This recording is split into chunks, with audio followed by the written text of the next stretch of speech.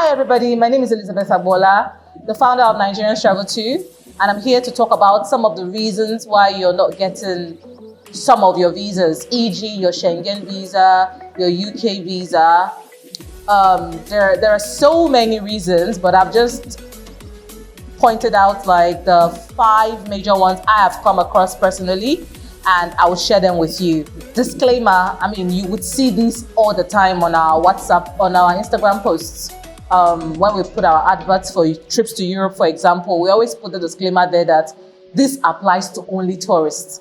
It doesn't apply to those planning to relocate because we don't have the experience of that, and we don't have the facility to support that. So all of these tips I'm giving are really for people who are true tourists, who just want to go to Rome and see the Colosseum, or who wants to go to France and see the Eiffel Tower in Paris.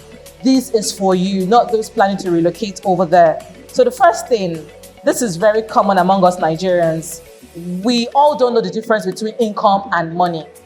They are different. You hear people say, I had 20 million naira balance and they did not give me my Schengen visa. The question is, what was the income you presented to support this your 20 million naira? But the visa officer looking at assessing your application needs to understand where your money is coming from. So this is where it comes in as whether you are self-employed, which means you need to have your CAC registration, you need to have your corporate account, all of these in your name, because you cannot bring someone else's corporate information to come and apply in your own name. You need to show that. And the money that also goes into that is important as well. So it goes beyond you having an income or you having the right money inside. It also has to reflect the type of money that is going in. If you sell cars, then you should not be having money coming in for hair. It's very important. Those things are contradictory. What you sell, what you do has to speak for what your CAC says. You also get people that say to you, I don't have any source of income, but I have money. I have 20 million naira, I can make my balance. How do you prove to the visa guy that this money did not just get borrowed from some uncle to boost your balance? The visa officer has to see that this money came from your corporate account into your personal account, or is in your corporate account and it stays there. So it's very important we can actually not only have money, but also have income. That's really for people that are self-employed or people in business. For those that are employed, you need to have your salary, your pay slip.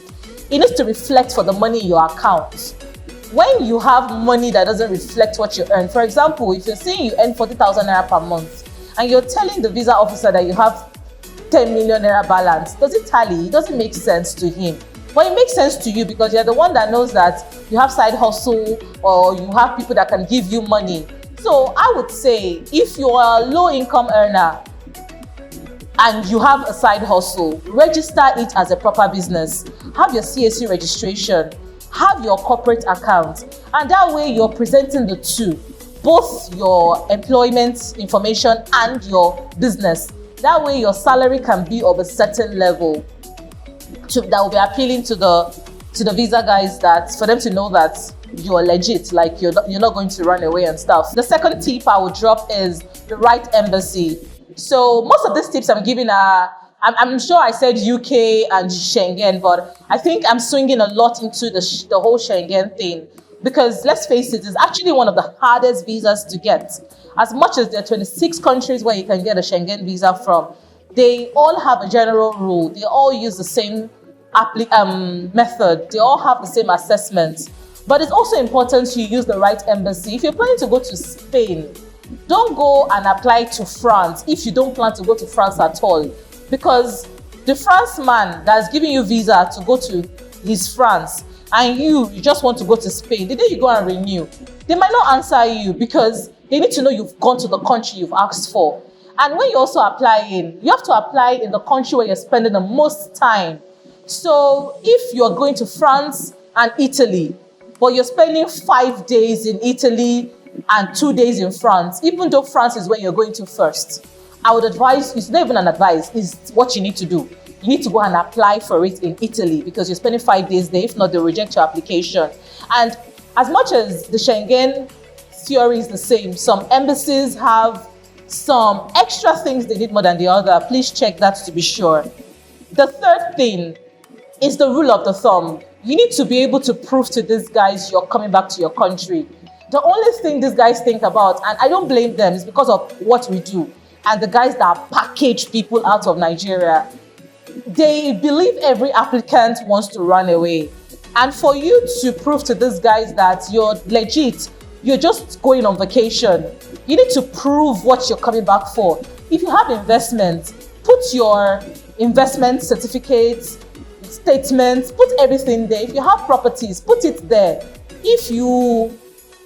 Even I would have said if you're married, add your marriage certificate, but even that does not even hold water anymore these days because people leave their husbands or wives to go and not come back. So they don't even see that as much as, but anything that shows you have money, please add it in there. It's very important. It beefs things up. And also for countries that you have to go for interviews like USA, it's important that when you're speaking to these guys, show you're confident and show you're just going on vacation, you're coming back home. So rule of the thumb, be able to prove to these guys you're coming back. That's very key.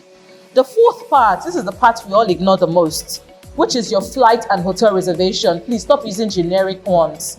Stop using generic flights reservations. Stop using generic hotel reservations. They know this and they don't like it. The guys that are legit, the guys that are not legit, they all use it. So please invest into getting a proper reservation for your flight and even your accommodation. Don't use booking.com, don't use third party, don't use Agoda. Try to find an actual website, an actual hotel website that can allow you have free cancellation. It requires a lot of research. So you have to check, depending on the country you're going to. They actually want to see your reservation is directly with the hotel, and they know we as Nigerians don't stay in shitty places. They know we stay in good hotels. So don't come and book a hostel or a one-star hotel and expect them to respect you. Book the regular 4 and 5-star we Nigerians stay. You know how we Nigerians like to do our things big. So please, don't present what we are not to the embassy. Let them see that we are the ones taking money to them, not the vice versa. Because let's face it, us going to Spain, us going to Italy, us going to France, we're actually doing their tourism favor. Stop making it feel like it's the reverse. So, so it's important, your flight and hotel reservation. And also, this is another tip. This I learned from another embassy. This is not able to do with UK, US, Europe, or anything we're talking about. There are some agents that have already been blacklisted. That's the truth. At most of these embassies. Imagine you having a reservation, just an innocent reservation from an agency like that. That would affect your application. Just by them seeing the letterhead of such a company, then that's it for you. Another important part, which all tallies into everything I've said, is the bank statement part of things. They usually ask you for between 3 to 6 months bank statements. We all have certain accounts, we all have that account that we used to order our Domino's pizza, is our regular chicken and chips account. Please don't carry that to the embassy.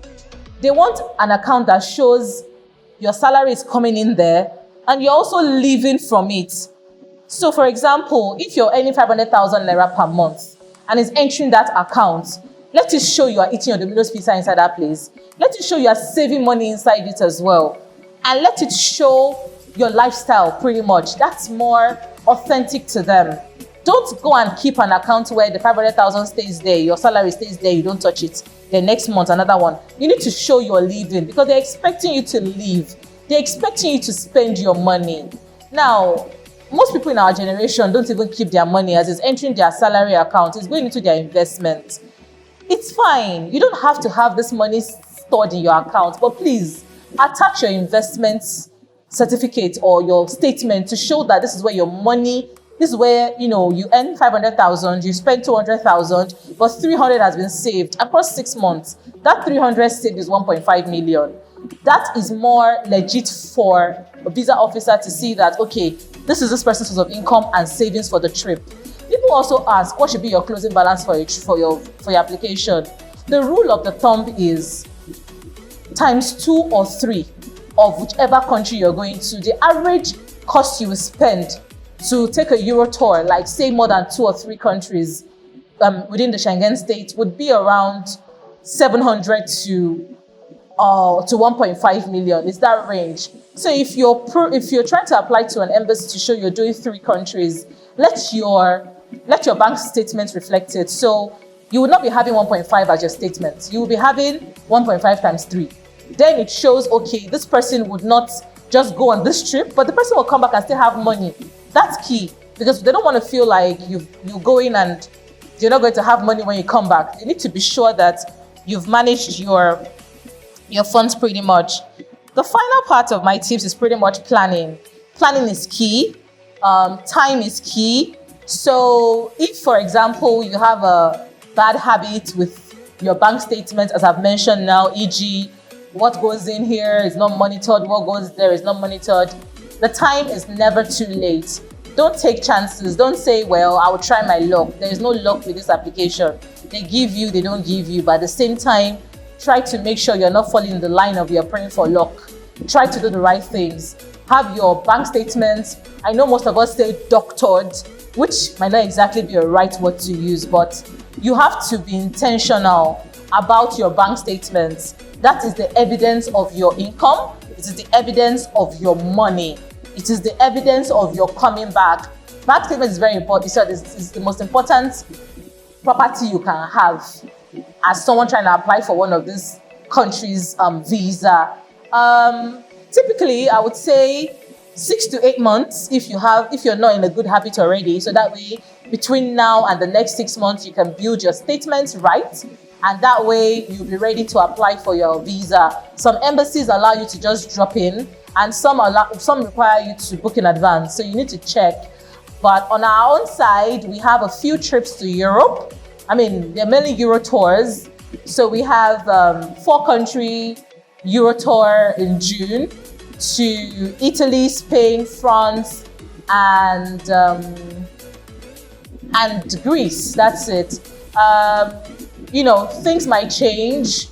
We're waiting on the whole environment. We're waiting on the universe, really, because as much as we've mentioned these 4 countries, with the whole thing going on right now, the coronavirus, changing weather, all of those stuff can affect where we go to, but at least we would have to go to 4 countries.